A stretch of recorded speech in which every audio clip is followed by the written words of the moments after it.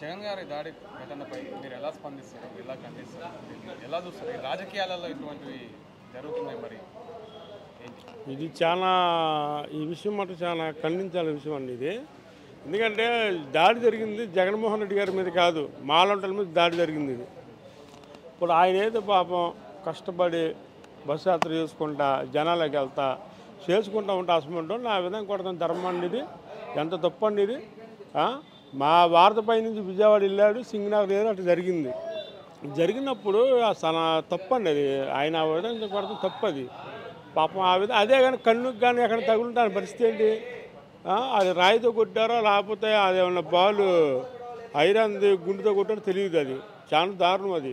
ఆయన ఏంటంటే వాళ్ళని పథకం ప్రకారం కొట్టారని, ఆయన్ని ప్లాన్ ప్రకారం కొట్టారు జగన్మోహన్ రెడ్డి.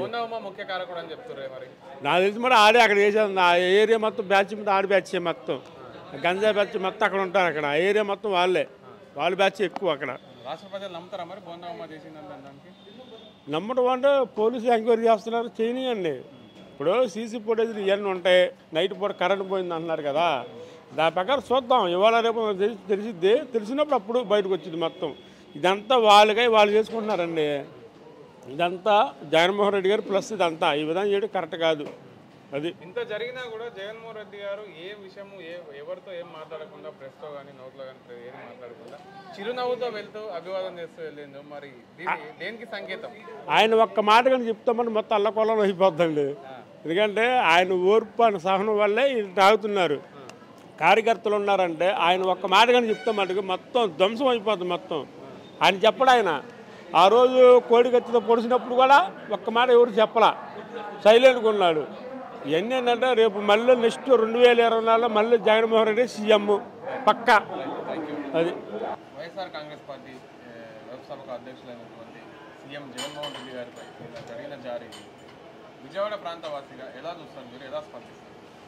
ఒక కృష్ణా జిల్లాలోనే ఇంత ఆదరణ ఉంది సీఎం గారికి, అది చూసి ఓర్వలేక ఒక సన్నాసులు కలిసి ఆయన మీద దాడికి ప్రయత్నం చేశారు. దాడి జరిగినా కూడా ఆయన భయం బెనుకు లేకుండా మళ్ళీ ప్రజల్లోకి వెళ్ళాడు. అదే చంద్రబాబు అయితే నేను చనిపోయానని చెప్పేసి పండుకొని అంతా హడావుడి చేపించాడు. జగన్ గారు అలా చేయలేదు. మనం ప్రజల కోసం వచ్చాం, ప్రజల్లోకి వెళ్ళాలని ప్రజల్లోకే వెళ్ళాడు ఆయన. చంద్రబాబు అయితే తగ పెద్ద కట్టుకట్టుకొని హాస్పిటల్లో చేరేసి దొంగ నాటకం చేసి ఓట్ల కోసం చేశాడు. ఆయన జనాల కోసం చేస్తున్నాడు. దమ్ము ధైర్యం అంటే రేపు 13వ తేదీ చూపించండి మీ దమ్మేదో. అంతేగాని ఇలాంటి చిల్లర రాజకీయాలు, కొద్దిగా రాజకీయాలు చేయడం అనవసరం ఏ నాయకుడైనా సరే.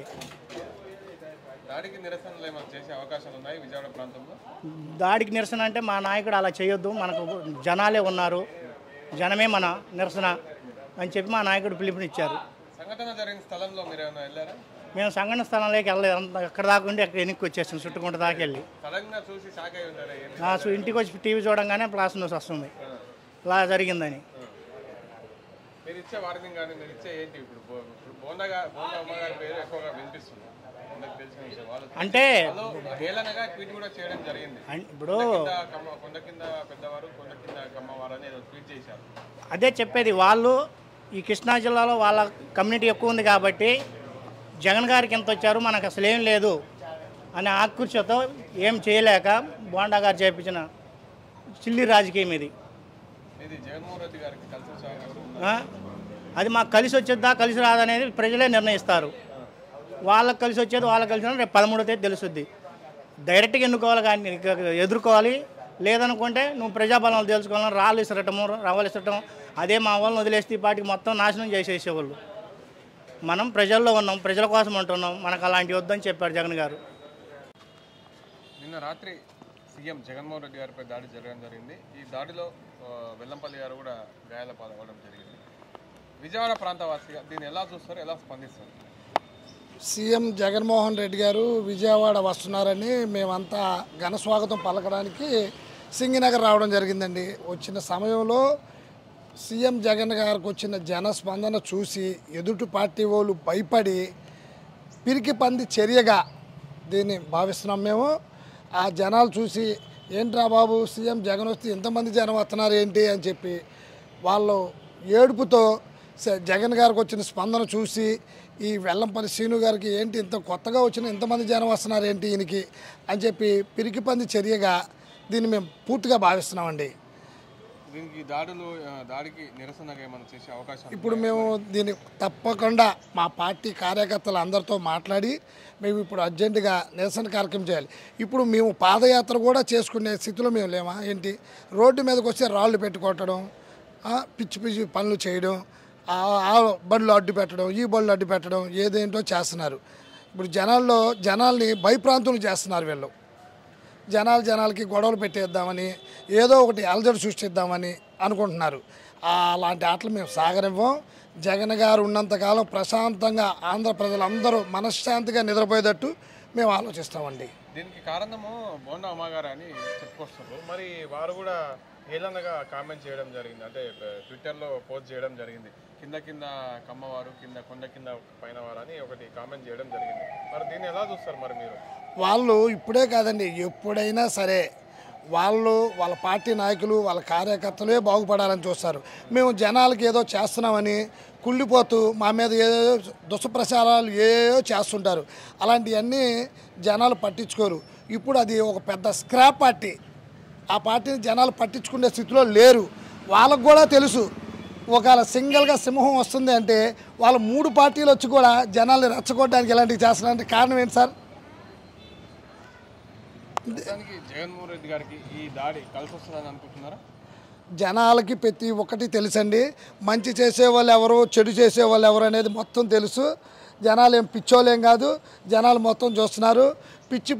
పిచ్చి పనులన్నీ చేస్తున్నారు. అలాంటి జనాలకు ప్రతి ఒక్కటి తెలుసు. చిన్నపిల్లలకి ఏదో రాళ్ళు ఇచ్చి రప్పలు ఇచ్చి ఈసిరి పారిపోండిరా అని చెప్తే మేము భయపడిపోయే స్థితిలో మేము లేము. మేము తలుచుకుంటే అసలు ఎవడూ కనిపించడు. తెలుగుదేశం పార్టీ కాదు, జనసేన పార్టీ కాదు, బీజేపీ పార్టీ కాదు, ఏ పార్టీ అయినా మా నాయకుడు మాకు అలా చెప్పలా. నిన్న జరిగినటువంటి చర్య చాలా దుష్కరమైనది. ఇది మన ముఖ్యమంత్రి గారిని కానీ మన విజయవాడ సెంట్రల్ వరకు ఎమ్మెల్యే అభ్యర్థి వెల్లంపల్లి గారి మీద జరిగిన దాడిని చాలా తీవ్రంగా ఖండిస్తున్నాం. మేము ప్రతిపక్షాలు చెప్తున్నాం, ఇదే మీకు హెచ్చరిక. ఇటువంటి దుశ్చర్యలు చేస్తే ప్రజలు మిమ్మల్ని తీవ్రంగా వ్యతిరేకించి మిమ్మల్ని అసహించుకునే రోజులు దగ్గర పడ్డాయి. మీరు అధికారంలో ఉన్న పార్టీ వాళ్ళని ఇలా చేస్తే రేపొద్దు మీరే అధికారంలోకి వస్తే ఏ విధంగా ప్రజలకు రక్షణ కల్పిస్తారని ప్రజలంతా భయపడుతున్నారు. కాబట్టి ఇటువంటి గూండాలని తరిమి కొట్టాలంటే ఓటు అనే హక్కుతో వీళ్ళని తరిమి కొట్టే అవకాశం దగ్గర పడింది. మీ కాలం చెల్లింది. ఇలా ఇటువంటి కార్యక్రమాలు చేస్తే మీరు చాలా తీవ్రమైన వ్యతిరేకత ఎదుర్కోవాల్సింది హెచ్చరిస్తున్నాం. దీనికి దాడికి నిరసన సెగలు కానీ ధర్నాలు కానీ ఏమైనా చేసే అవకాశం ఉందా మీ పార్టీ నాయకులు కానీ కార్యకర్తలు కానీ? ఈరోజు మరి సంఘటనను వ్యతిరేకించాలి, ప్రజలందరూ వ్యతిరేకిస్తున్నారు. దానికి నిరసనగా ఈరోజు ఇక్కడ అందరూ కూడా సంఘీభావం తెలియజేయడానికి చాలామంది పెద్దలందరూ వస్తున్నారు ఇక్కడికి. దాడిలో భాగంగా బోండా అమ్మగారి పేరు ముందు వరుసలో ఉంది. మరి వారు కూడా అంటే ఫేక్ అది నిజమా అనేది మనకు కూడా తెలియదు. కొండ మీద అమ్మవారు కొండ కింద కాపువారు అని ఏదో కామెంట్ పెట్టడం జరిగింది వారు ఇద్దరు వేదికగా. దీన్ని ఎలా చూస్తారు మరి? ఇంకా తేలేదండి. పోలీసు వారు ఇన్వెస్టిగేషన్లో ఉన్నారు. వాళ్ళు ఎటువంటి వాళ్ళైనా సరే, బోండావమన, చంద్రబాబు లేకపోతే పవన్ కళ్యాణ్, ఏ కూటమైనా సరే ఇటువంటి చర్యలు చేయకూడదు. ఇది చాలా నీచమైన చర్యలు. ఇది ఇటువంటి ఎవరైనా సరే, ఆ వ్యక్తి ఎవరైనా సరే ప్రజలు అసహించుకుంటారు. కాబట్టి వాళ్ళగా వదిలేస్తారు. ప్రజలు ఓటు అనే ఆయుధంతో వాళ్ళు యుద్ధం చేసి వాళ్ళని నాశనం చేస్తారు. Thank you.